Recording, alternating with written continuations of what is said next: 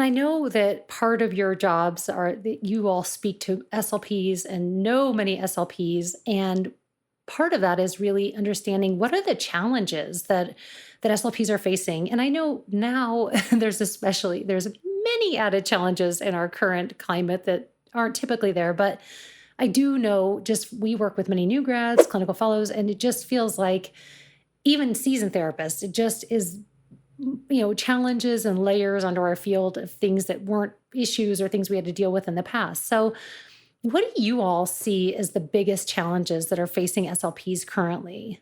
I think there are a few. One that comes top of mind right away is this idea of caseload and paperwork. So even when I started in the schools full time, I want to say it was maybe in 2000 ish. I graduated in the 90s, but even the idea of when I first started in a school, I had a mentor that she was like, yeah, I worked, back in the day where you didn't have to do any paperwork. And I literally would just maybe sometimes call the parent and let them know what we were doing. And I didn't have to take any data, and the kids would, do lots of work, but I just give them some Skittles and they'd be back like on their way. And so, even when I first came out in my field, I can remember, I know Sarah's going to make fun of me for this, but writing on triplicate forms for my home health job of, having data sheets. One went to the parent, one went in my records, one went to the company or whatever they did with it.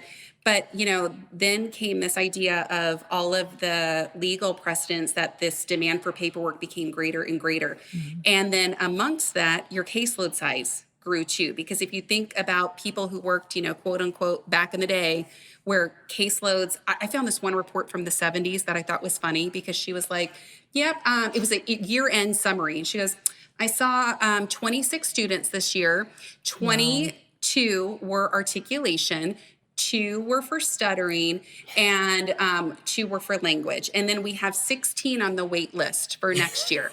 And so I found that and I posted it for our Different SLP time. group. Yeah. Right. I just thought it was hilarious. And then one of my directors had a panic attack because she thought that was a current situation. I go, no, that's what makes it funny. It's just times have changed. So even when I started in the district that Sarah and I started in or worked in together, I think it was 2004, and I had a caseload of 65 at that time, and my leads freaked out. They're like, there's no way. I was at one school, 65 students, and they're like, there's no way you can do this. We're going to get you an SLPA 3 days a week to help support this caseload.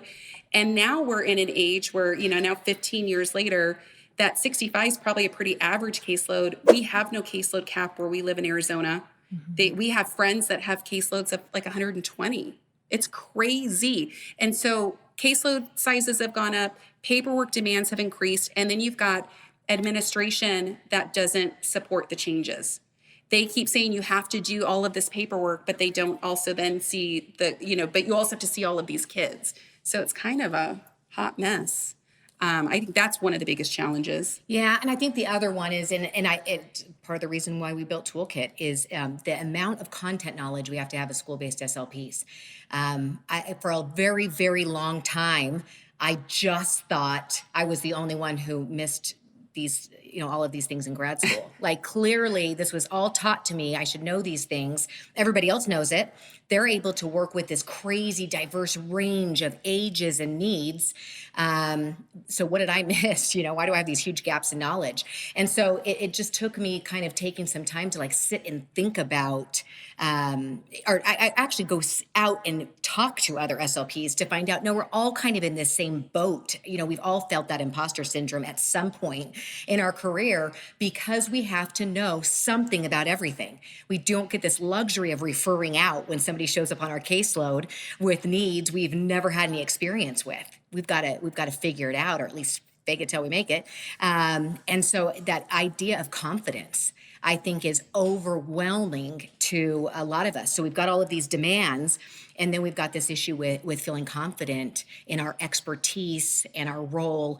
And I mean, look, we got into this field for a reason. Like, we want to help people, and then we're finding that struggle where we just can't seem to. We get set up for help failure. Everyone. Yeah, I think we genuinely do.